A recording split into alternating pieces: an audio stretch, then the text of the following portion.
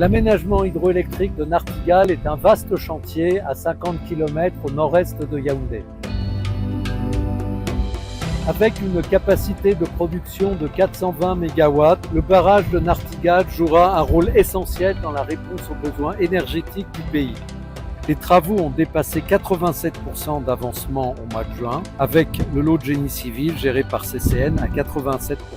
Nous démarrons aujourd'hui le remplissage du réservoir de Nartigal, qui est une étape clé dans la mise en service des ouvrages.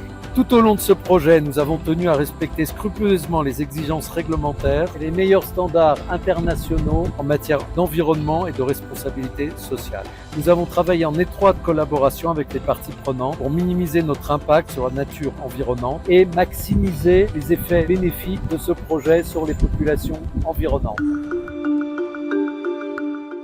Dans le cadre de la réalisation de notre projet, nous avons d'abord réalisé une étude d'impact environnemental et social. Ceci pour identifier les impacts potentiels qui pouvaient affecter la faune, la flore et également les populations affectées par notre projet. De cette étude d'impact environnemental et social et différents outils de gestion environnementale et sociale, parmi lesquels le plan d'action biodiversité. Dans ce cadre, effectivement, nous avons réalisé un plan de sondage phonique. Le sondage phonique, c'est pour identifier les espèces en présence sur la zone de projet. Toutes ces mesures-là visent en fait à minimiser les cas de mortalité des animaux qui pourraient être pris au piège par les eaux lors de l'opération du remplissage. Nous avons également élaboré un plan d'aménagement de la pêcherie pour permettre la gestion durable de la ressource halieutique qui sera créée au sein de la retenue et également satisfaire aux exigences réglementaires tant nationales qu'internationales. La mise en œuvre de toutes ces actions-là a été accompagnée par le MINEPIA et également toutes les autres administrations sectorielles et les autorités administratives, sans oublier les populations affectées et les communautés riveraines que nous ne manquerons pas de remercier ici.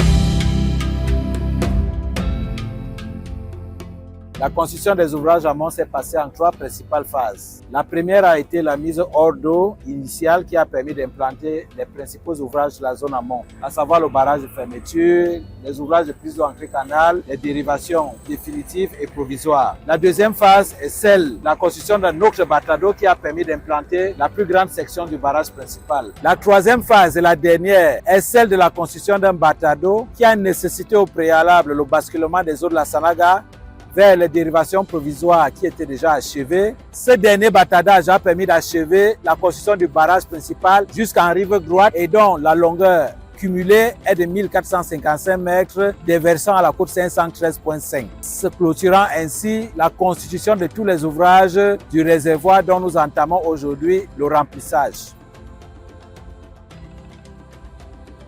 Les études géologiques de l'encaissement du barrage principal ont été réalisées de 1971 jusqu'à nos jours. Et dans la phase d'exécution, le rôle du géologue était de vérifier la conformité des données lithologiques et structurales aux notes d'hypothèse. C'est ce qui a été fait. Et ensuite, il fallait donc étudier la lithologie, la fracturation pour la stabilité de l'ouvrage. Après cette étude, on mettait alors à la disposition du constructeur tous les fonds de fouilles.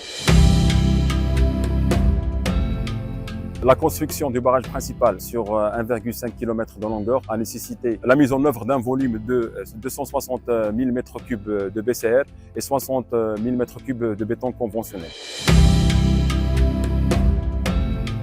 Les voiles d'injection réalisées dans le cadre de notre projet ont principalement pour rôle d'étancher le terrain de fondation des ouvrages hydrauliques réalisés.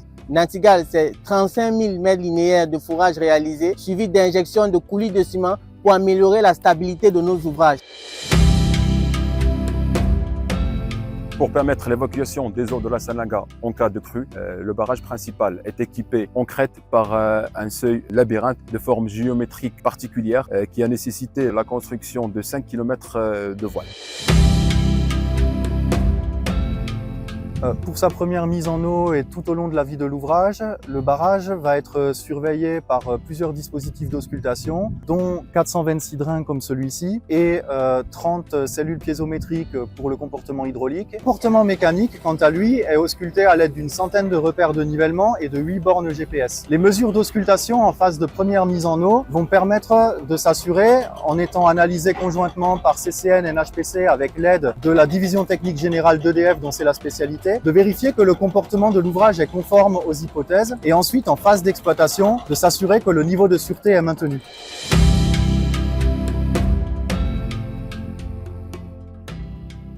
Comme vous l'avez vu, le barrage de Nartigal a été conçu et réalisé en appliquant les meilleurs standards techniques. EDF, en tant qu'assistant au maître d'ouvrage NHPC, s'est assuré de l'application effective de ces exigences depuis la conception jusqu'à la mise en service. Nous sommes aujourd'hui à l'aube de donner vie à cet ouvrage conçu pour une durée d'au moins 100 ans. À date, l'ensemble des préalables sociétaux, environnementaux, techniques, sûreté, sécurité ont été levés. D'ailleurs, le ministre de l'Eau et de l'Énergie a délivré l'autorisation de mise en eau après avoir consulté les meilleurs experts internationaux. J'en profite pour féliciter l'ensemble des contributeurs à la réussite de ce projet et à l'atteinte de ce jalon qui marque une date importante dans la vie de cet ouvrage. Longue vie à Nartigal et nous vous donnons rendez-vous pour les premiers tours de roue du groupe numéro 1 dans quelques mois.